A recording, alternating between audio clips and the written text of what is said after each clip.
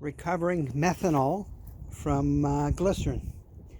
This is glycerin that I recovered when making biodiesel, and instead of just throwing it away, I'm going to reclaim some of the methanol out of that waste glycerin.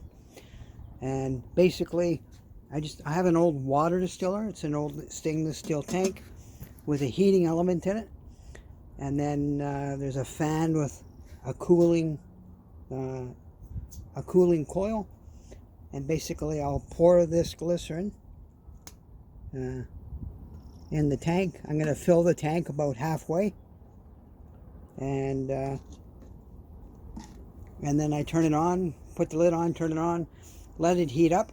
And as it heats up, the methanol evaporates and turns into like steam almost. It evaporates, turns into a gas, and then that gas goes into these coils, and the fan cools it and turns it back into methanol liquid.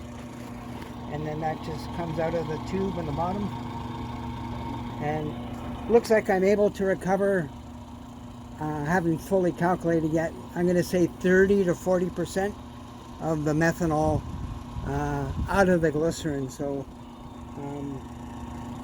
it's a lot better than throwing it out, and I get to reuse it and make more biodiesel. So it's a win-win. So there you go.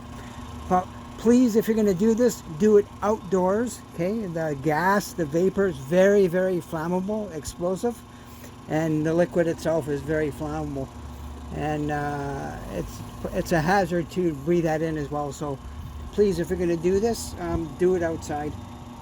And I guess I could use this to make moonshine. Anyways, cheers everybody.